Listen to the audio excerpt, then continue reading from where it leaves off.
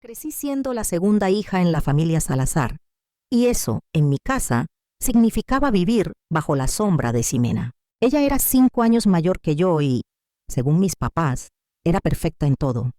Lo aprendí rápido, y no fue una vez, fue diario, en cosas chiquitas y en cosas que sí te dejan marca. Cuando yo tenía 6, saqué 10 en un examen de matemáticas. Llegué corriendo a la casa, con la hoja bien agarrada, emocionadísima de enseñársela a mi mamá y a mi papá. Ellos estaban en la cocina, pero ni siquiera voltearon. Estaban encima de Ximena, aplaudiéndole una rutina nueva de ballet que traía. Ella giraba ahí mismo, entre la mesa y el refrigerador, como si la cocina fuera un escenario. «Mira nada más ese giro», dijo mi mamá, como encantada. Yo estiré mi examen. «Mapá, saqué 10. «Qué bonito, mija», dijo mi mamá, sin ver el papel. Y luego, como si yo fuera ruido, «Pero fíjate en tu hermana, qué control». Me quedé parada un ratito, con el examen en las manos, hasta que el papel se me dobló solo, ya sin fuerza. Luego me fui a mi cuarto sin hacer escándalo. ¿Ya para qué? Ese patrón nunca cambió. Ximena estrenaba ropa de la plaza, bolsas con etiquetas, porque la niña lo necesita. A mí me tocaba lo que ya no le quedaba, o lo que ya no le gustaba. Cuando ella pidió celular a los 12, le compraron el iPhone más nuevo de ese año. Cuando yo cumplí 12, me dieron el celular viejito de tapita que ella había dejado arrumbado en un cajón. «Agradece», me dijo mi papá, Héctor, como si me estuviera regalando un futuro. «Tu hermana va a llegar lejos». Cada vez que yo me atrevía a decir algo, me caía lo mismo. Ximena necesita esas cosas para su futuro. Al parecer, mi futuro no necesitaba inversión. Mi futuro para ellos era como una maceta, con que no se muera ya. Mis abuelos paternos eran igualitos. Margarita y Ricardo vivían en un fraccionamiento de esos donde todo se ve limpio, con jardineras perfectas, cochera amplia y una alberca que parecía un adorno. Cada visita era lo mismo. Mi abuela se le colgaba a Ximena, abrazos apretados, grititos, emoción como si hubiera llegado una celebridad. «¡Ay, mi Ximena, mi muñeca! ¿Cómo estás, reina?» Y a mí, una palmada distraída en la cabeza, sin mirarme bien. «Ah, Renata», decía, como acordándose a medias, has crecido, has crecido». Una Navidad, cuando yo tenía 8, fue cuando lo entendí, sin lugar a dudas. Ximena abrió una laptop nueva para la escuela. A mí me tocó un paquete de cuadernos, lápices y una regla. «Estamos siendo prácticos», explicó mi abuelo Ricardo con esa sonrisita de superioridad que siempre traía. «Esto es más a tu ritmo, ¿no?» Yo asentí porque, a esa edad, ¿qué haces? Tragar saliva y seguir. Pero yo tenía un lugar donde sí importaba. La casa de mis abuelos maternos, Elena y Jorge, estaba del otro lado, en una zona más normal, de esas donde el patio es chiquito y el piso ya tiene historia. No había alberca ni jardín de revista, pero ahí pasaba algo raro, algo bonito. Ahí me escuchaban, de verdad me escuchaban. Si yo contaba algo, no me interrumpían para hablar de Ximena. Si yo dibujaba, pegaban mi dibujo en el refrigerador y lo ponían al lado del de Ximena, no abajo, no escondido, al lado. Como si los dos valieran. Se acordaban de lo que me gustaba comer. Si yo decía que me encantaban las enchiladas verdes o el arroz rojo con plátano, a la siguiente visita lo hacían. No era lujo, era atención. Ximena odiaba ir. «Es bien aburrido», se quejaba. «Ni alberca tienen». Y luego se enojaba porque mi abuela Elena no la dejaba escoger todo en la tele. Siempre quiere ver documentales o cosas raras. Total, dejó de ir. Y eso, sin querer, me dejó a mis abuelos para mí solita. Mientras mis papás vivían cargando a Ximena de una actividad a otra, yo me iba con Elena y Jorge. Ballet un mes, luego equitación, luego violín, que lo dejaba a las 3 semanas porque ya no se siente conectada. Mis papás pagaban inscripciones, uniformes, mensualidades, y todavía tenían la cara de decir: «Ay, es que mi niña es muy talentosa, nomás no ha encontrado lo suyo». Yo, en cambio, pasaba mis tardes aprendiendo a hornear galletas con mi abuela, haciendo tarea con mi abuelo y respirando tranquila, porque nadie me comparaba, nadie me hacía sentir menos. Yo tenía 10 cuando mis papás me dieron el veredicto final sobre mi valor en esa familia. Le dijeron reunión familiar, pero se sintió más como un juicio, de esos donde la sentencia ya está firmada desde antes de empezar. Fue un domingo de octubre, en la sala de la casa en Naucalpan. Estaban todos, mi mamá Patricia y mi papá Héctor, parados como si fueran a dar un anuncio importante. Mis abuelos paternos en el sillón grande, bien puestos. Mis abuelos maternos en el otro. Ximena y yo en sillas del comedor que jalaron a la sala. El aire estaba pesado, como si alguien hubiera subido el volumen al drama. «Tenemos que hablar de algo serio», empezó mi papá, con las manos atrás, como señor de oficina. «Ya saben que la universidad no sale barata», siguió mi mamá. Yo vi a Ximena acomodarse el cabello, segura, tranquila. Ella tenía 15. Ya hasta practicaba la cara de alumna brillante. Yo me quedé quieta, con las manos cruzadas en el regazo. Yo ya sabía. «Hemos estado ahorrando desde que nacieron», dijo mi mamá, y sus ojos se fueron solos hacia Ximena, como si fuera imán. «Pero con cómo está todo, pues no nos alcanza para mandar a las dos». No fue pausa, fue teatro.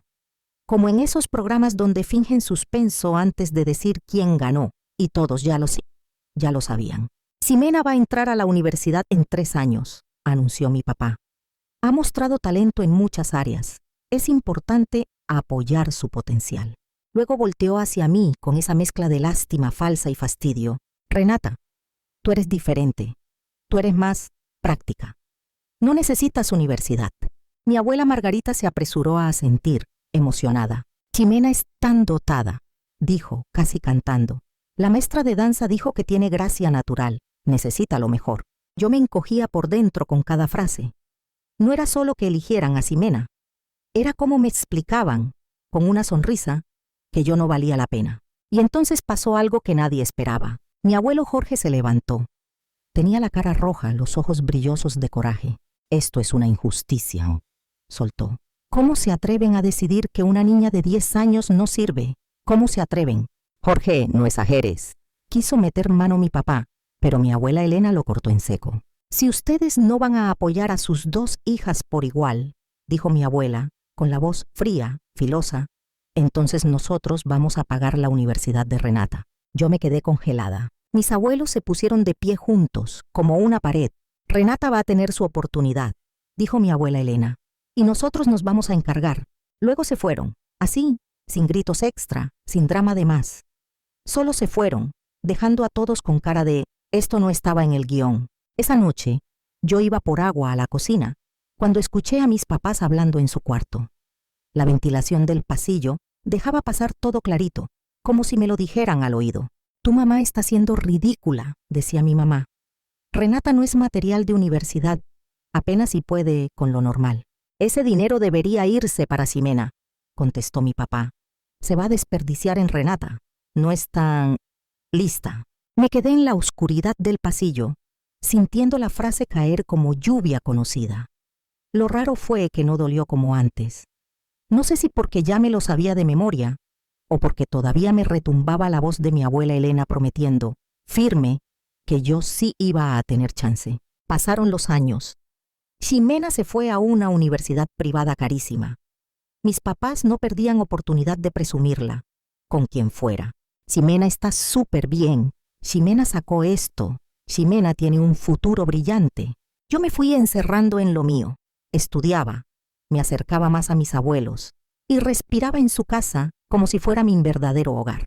Y entonces llegó el día que rompió la imagen perfecta de la consentida. Yo estaba en 6º de preparatoria, haciendo tarea en la mesa de la cocina, cuando Ximena entró a la casa como un torbellino. Traía el rímel corrido, la cara inflada de llorar. «Mamá, papá», sollozó, «estoy embarazada». El silencio fue de esos que te zumban en los oídos. Mi mamá se quedó con la taza en el aire. Mi papá tardó en reaccionar. «¿Quién es el papá?», preguntó al fin, con voz bajita, como si se le hubiera apagado el mundo. Ximena tragó saliva y dijo lo que terminó de rematarlo. «No sé, no estoy segura». Mi mamá se dejó caer en una silla como si las piernas ya no le sirvieran. Yo vi sus caras, el derrumbe completo, el mismo segundo en que su mundo se partía. Y luego vi algo peor. Lo reconstruyeron en 5 minutos. «Mi amor, no es tu culpa», dijo mi mamá, corriendo a abrazarla. «Te vamos a ayudar», agregó mi papá rápido. «Te quedas aquí, nosotros criamos al bebé contigo». Yo me quedé mirando, sin creerlo. ¿Neta? solté desde la mesa. Ella se la pasó de fiesta, sale embarazada, ni sabe quién es el papá y todavía la están protegiendo. Renata, me tronó mi mamá. Cállate. No, dije. Y se me salió todo lo que traía guardado desde niña. Esto pasa cuando malcrías a alguien toda la vida. Cuando nunca le pones límites. Cuando le perdonas todo. ¿Cómo te atreves?, rugió mi papá. Tu hermana está pasando por algo difícil y tú estás siendo cruel. Ximena empezó a llorar más fuerte y mi mamá la apretó contra su pecho, como si yo fuera la amenaza. Lárgate, me gritó Ximena ya con rabia. No me quedé a escuchar lo demás. Subí corriendo, metí ropa en una mochila y me fui.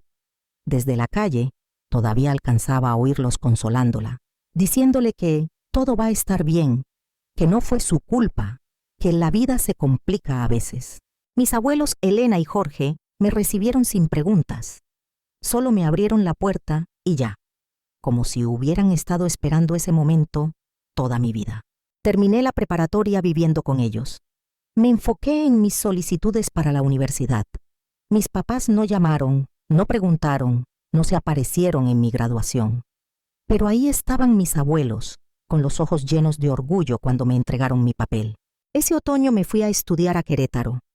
Mi universidad la pagaron mis abuelos, tal como lo habían prometido aquel domingo de octubre. Yo no tenía palabras, solo tenía ganas de no fallarles. Ximena tuvo a su hija, Lucía, y se quedó viviendo con mis papás. Yo no la conocí. Mi relación con esa casa se rompió el día que me fui, y así se fueron los años. Ximena entraba y salía de la casa, cambiaba de trabajo y de novio, y cada regreso dejaba una deuda nueva. Mis papás, por no quedar mal con la familia y por no aceptar que su niña se les había salido de las manos, la seguían rescatando. Y Lucía crecía ahí, sintiéndose estorbo, porque nadie le decía que no era culpa suya. La vida tiene sentido del humor, pero del pesado. Mientras el futuro brillante de Ximena se iba haciendo pedazos, yo iba armando el mío. Me gradué con muy buenas calificaciones y conseguí trabajo en una firma de consultoría en Ciudad de México. De esas que te traen en friega toda la semana y te enseñan a resolver problemas con la cabeza fría. Con los años, después de varias temporadas de desvelos y juntas, subí a consultora senior. Mis compañeros me respetaban. Yo por fin sentía que valía por algo que era mío. Con ese ritmo, juntando enganche como pude y metiéndome a un crédito hipotecario, me compré un departamentito en la Narvarte. Nada de lujo. Pero era mío. Mi rutina era estable. Semana pesada, cafés rápidos, juntas, trabajo. Fines de semana, desayunos largos con amigas y videollamadas con mis abuelos. Ellos eran mi familia. Y con eso me alcanzaba. Hasta que un martes cualquiera, en la mañana, sonó mi teléfono. Casi tiro el café cuando vi el nombre. Mamá. Era un número que no veía desde hacía años. Renata, dijo Patricia. Sonaba vieja, cansada. Necesitamos tu ayuda. 20 minutos después, yo seguía en mi oficina, sin poder acomodar lo que me acababa de decir. Ximena había vuelto a huir. Otra vez. Ahora con un tipo que conoció en un bar. Y había dejado a Lucía atrás. Lucía tenía 9 años. Por favor, ven, me rogó mi mamá. Tenemos que hablar en persona. Es tu sangre, Renata. No podemos con esto. Esa misma tarde manejé de regreso a Naucalpan. Salí como a las 6 en plena hora pico, y entre Periférico y los avances a vuelta de rueda me aventé como 1 hora y media. Yo traía un nudo en la garganta que no se soltaba. La casa se veía más chica que en mi memoria. La pintura alrededor de las ventanas estaba descarapelada. ¿Y mis papás? Mis papás se veían acabados. Mi papá con el cabello ya completamente canoso. Mi mamá con ojeras profundas, como si no durmiera desde hace años. Me sentaron en la sala. La misma sala donde, años atrás, me dijeron que yo no valía una universidad. La ironía me pegó como cachetada. Ximena, está muy inestable, empezó mi papá mirando sus manos. Nunca pudo mantener un trabajo. Cambiaba de departamento, de novio. Siempre terminaba regresando aquí. Mi mamá se limpió los ojos. Le pagamos deudas, dijo, como si se le saliera el aire. Tarjetas, préstamos. Cuidamos a Lucía cuando Ximena decía que estaba trabajando. ¿Y ahora?, pregunté, aunque ya olía el desastre. Mi mamá soltó una risa amarga, chiquita. La semana pasada conoció a un hombre y dijo que se la iba a llevar a Tijuana, que allá tenía contactos, que la iba a meter a castings, que ahora sí iba a ser actriz. Mi papá se tragó la vergüenza, empacó y se fue, ni se despidió de Lucía. Hubo un silencio raro. Los dos se miraron incómodos, como si les diera pena decir lo que seguía. Estamos ahogados en deudas, confesó mi papá con la voz quebrada. Cientos de miles en tarjetas y préstamos. Todo por estarla rescatando. Yo esperé. Y entonces mi mamá dijo lo que venía cargando desde que me llamó. Queremos que tú te quedes con Lucía, soltó rápido, como si le diera miedo que se le atorara. Que te la lleves, que la críes tú. Tú eres estable, tú sí puedes. Y por favor, no nos hagas quedar mal, Renata. No queremos que esto llegue con extraños. Me quedé helada. ¿Perdón? Dije. Nosotros ya no podemos, siguió mi mamá apretándose las manos. Estamos grandes. No podemos empezar de cero con una niña. Ahí estaba. La misma gente que me declaró no material para la universidad, la que ni fue a mi graduación, ahora me pedía que cargara con una niña que ellos llevaban 9 años criando a medias, mientras seguían justificando a Ximena. Esa noche, cuando se fueron a dormir, me quedé en la cocina con Lucía. Yo no sabía qué esperar. En mi cabeza, por tanto, escuchar el nombre de Ximena como si fuera sinónimo de grandeza y drama, imaginaba a una niña intensa, caprichosa, gritona. Pero Lucía era otra cosa. Recogía su taza con cuidado. Hablaba bajito. Tenía ojos cafés serios, de esos que miran como si ya entendieran demasiado. Vi un libro gastado sobre la barra. ¿Te gusta leer?, le pregunté. Se le iluminó tantito la cara. Sí, dijo suave. Me encanta. ¿Qué estás leyendo? Harry Potter, respondió como si fuera un secreto. Pero mi abuela dice que leo mucho, que debería hacer algo útil. Me quedé callada un segundo, porque esa frase me sonó conocida de otra vida. Hice chocolate caliente, de ese que huele a casa, y nos sentamos. Poco a poco, Lucía se fue soltando. Me contó cómo era vivir ahí, que mi abuela Margarita suspiraba pesado cada vez que le tocaba hacerle de cenar, que mi abuelo Ricardo se quejaba de cualquier cosa que costara dinero, hasta de los útiles. No me pegan ni nada, dijo como queriendo defenderlos, pero se enojan, como si yo estorbara. Esa frase me partió algo adentro. Me quedé esa semana en Naucalpan, pedí permiso en el trabajo y me tomé días. Me dediqué a conocerla. La llevé por un helado. Fuimos a la biblioteca, caminamos por un parque, platicamos de cosas tontas y de cosas serias. Ella era lista, muy lista, y encima buena. Me enseñó sus boletas, puros 10 y 9. Nadie los celebraba. Me enseñó dibujos guardados en una carpeta. Nadie los colgaba en ningún lado. Yo la veía intentar hacerse chiquita, como si su objetivo fuera ocupar el menor espacio posible, igual que yo a su edad. La decisión no fue simple.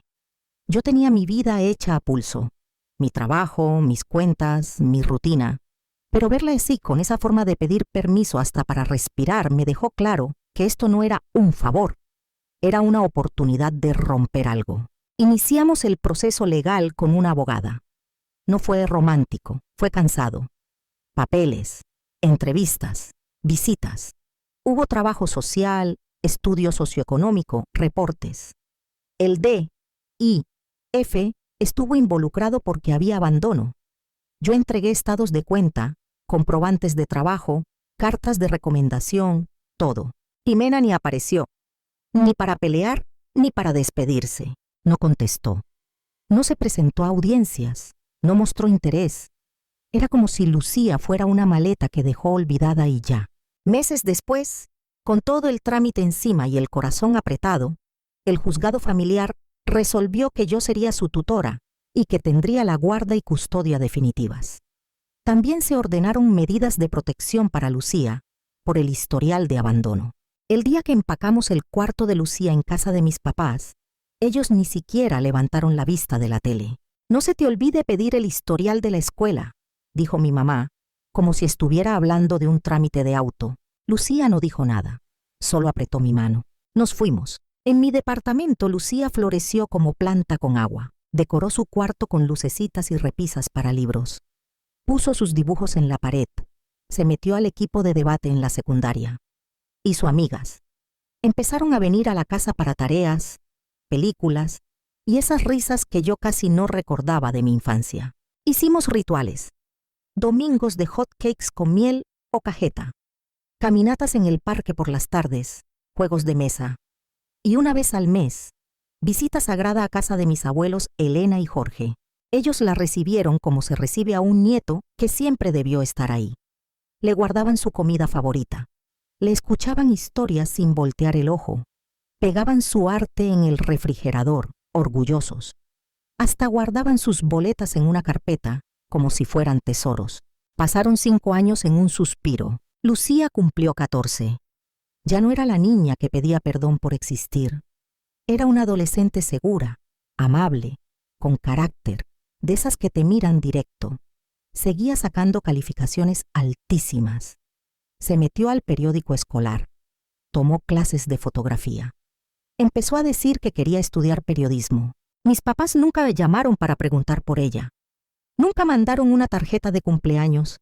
Nunca preguntaron si estaba enferma, si le iba bien, nada. Y Lucía, la neta, ni los extrañaba. Ella ya había encontrado a su gente. Un sábado en la mañana, después de años sin nada, sonó otra vez el teléfono. Era mi mamá, con una voz demasiado alegre, demasiado forzada. «Queremos que vengan tú y Lucía a visitarnos», dijo. «La extrañamos». Después de 5 años de silencio, ese «la extrañamos» me sonó a alarma. Pero también pensé, Lucía merece decidir. Yo no iba a ser la persona que le cerrara una puerta por miedo, aunque el miedo tuviera razones. Fuimos, y en cuanto crucé la puerta de esa casa lo entendí. Jimena estaba ahí, sentada en el sillón, como si nunca se hubiera ido. «¡Lucía!», gritó parándose de golpe. Corrió hacia ella con los brazos abiertos, llorando. «Mi bebé, te extrañé tanto». Yo miré la cara de Lucía con lupa. Ella se quedó quieta. En su expresión pasaron cosas rápido. Un cachito de esperanza, un miedo viejo, confusión y algo que parecía antojo de creer. Jimena la abrazó fuerte. Mis papás miraban como si estuvieran viendo un final feliz. «He cambiado», anunció Jimena, limpiándose las lágrimas. «Ya entendí lo importante. Quiero a mi hija de vuelta». «De vuelta», me cayó como golpe. Como si Lucía fuera un suéter prestado que por fin se acordó de recoger. «Estoy viviendo en Monterrey», siguió Jimena, ya más segura. «Con Roberto. Él tiene un buen trabajo y tenemos una casa preciosa. Lucía estaría bien allá». Yo respiré hondo y pregunté lo obvio. «¿Tú tienes trabajo?» La sonrisa de Jimena se tambaleó. «Ahorita no. Pero Roberto gana bien, nos alcanza». «¿Y si no funciona con Roberto?», insistí, con la voz lo más pareja que pude. «¿Cuál es tu plan? ¿Qué vas a hacer si se acaba? ¿Por qué eres tan negativa?», me brincó mi mamá. «Tu hermana está intentando hacer lo correcto. Es su mamá. ¿Qué va a decir la familia si te pones en ese plan?». Yo solté una risa sin ganas. «Lo correcto», dije. «Lo correcto era no abandonar a tu hija 5 años. Lo correcto era llamar, mandar algo, preguntar por su escuela, por su salud, por su vida». «Cometí errores», chilló Jimena con dramatismo. «Pero es mi hija». «Deja de ser egoísta», metió mi papá. «Ya hiciste tu parte. Pero Lucía necesita a su verdadera mamá». Y luego, como si quisiera rematarme, dijo algo que todavía me arde recordarlo. «Tú puedes tener tus propios hijos si te urge jugar a la mamá». Me quedé viendo a esos dos, a mis papás. Los mismos que fallaron con nosotras dos. Los mismos que justificaron a Jimena toda la vida. Los mismos que nunca preguntaron por Lucía, pero ahora hablaban de familia como si fuera botón de reinicio. «Lucía no es un objeto», dije, ya temblándome la voz. «Es una persona. Necesita estabilidad. Necesita amor real, no promesas».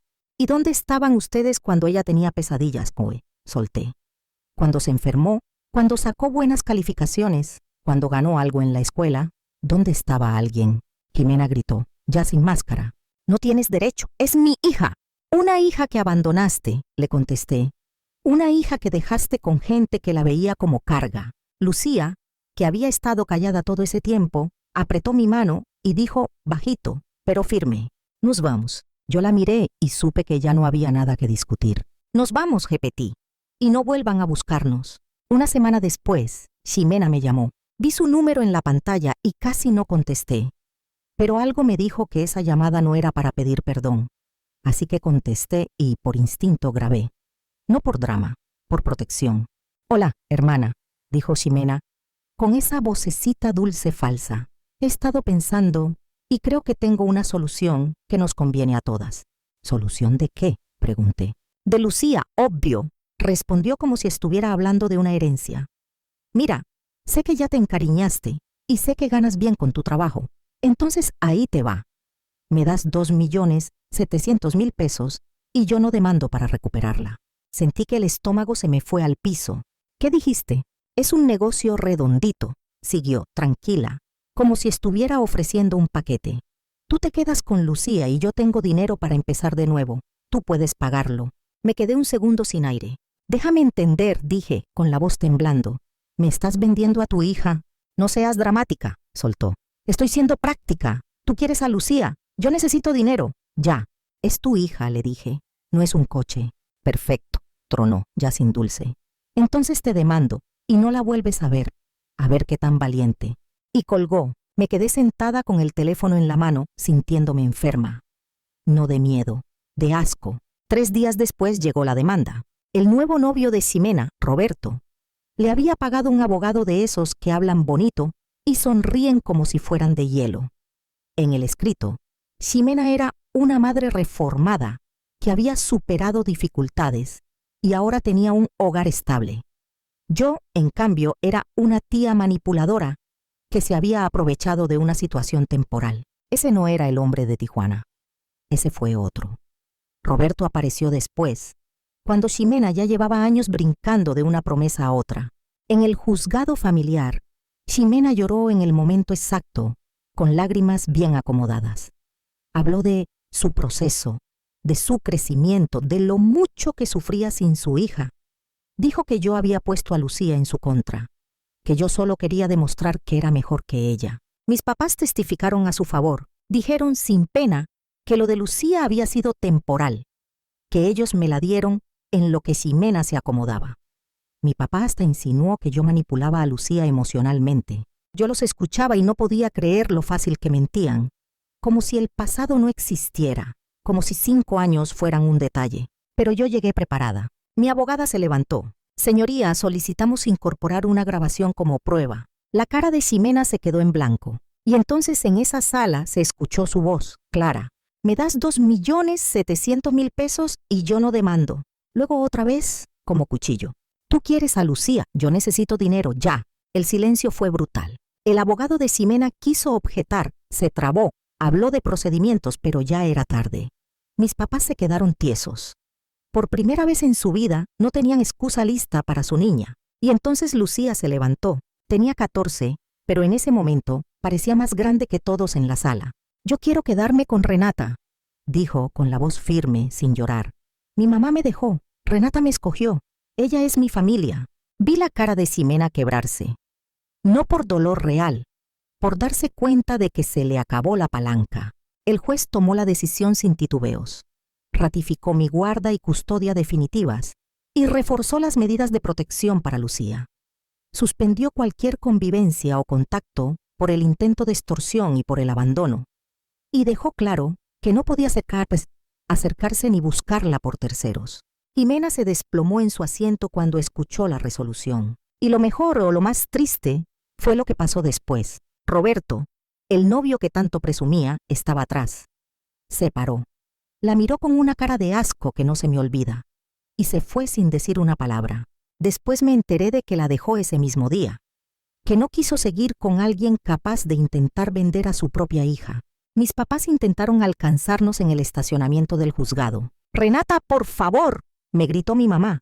«Podemos arreglar esto como familia». Me volteé. Los vi una última vez. «¿Familia?», dije. «Ustedes no han sido familia ni para mí ni para Lucía en años». Mi papá frunció la cara. «¿Y ahora qué va a hacer Ximena?», reclamó. Roberto la dejó. Yo solté una risa seca. «Claro», contesté. «Siguen preocupados por Ximena. Eso nunca cambia».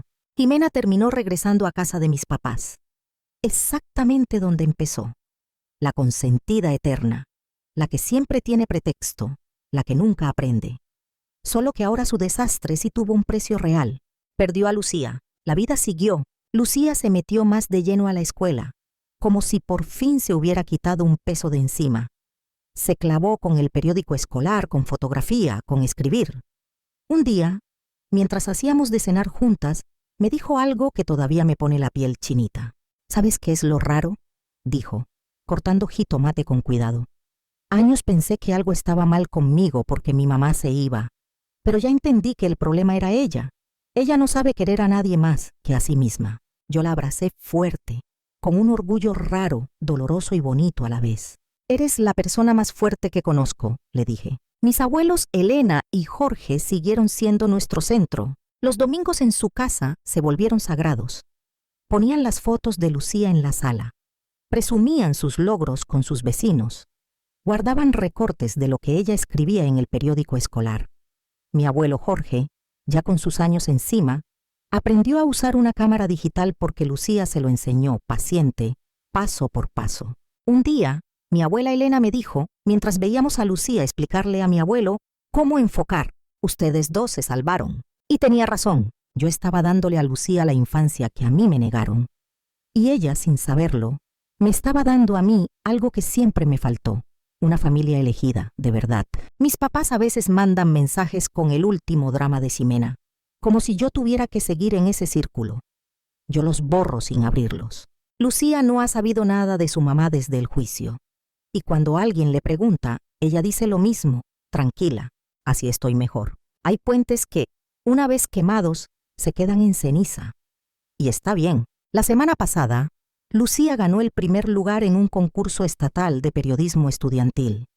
La vi subir, por su reconocimiento, segura, con esa sonrisa chiquita que se le forma cuando por fin se siente orgullosa de sí misma. Y yo pensé en la niña de 9 años que conocí en una cocina, callada, tratando de no estorbar. Y pensé en la adolescente capaz que tenía enfrente. Pensé en ciclos rotos, en heridas cerrando, y en lo simple que es el amor cuando sí es amor.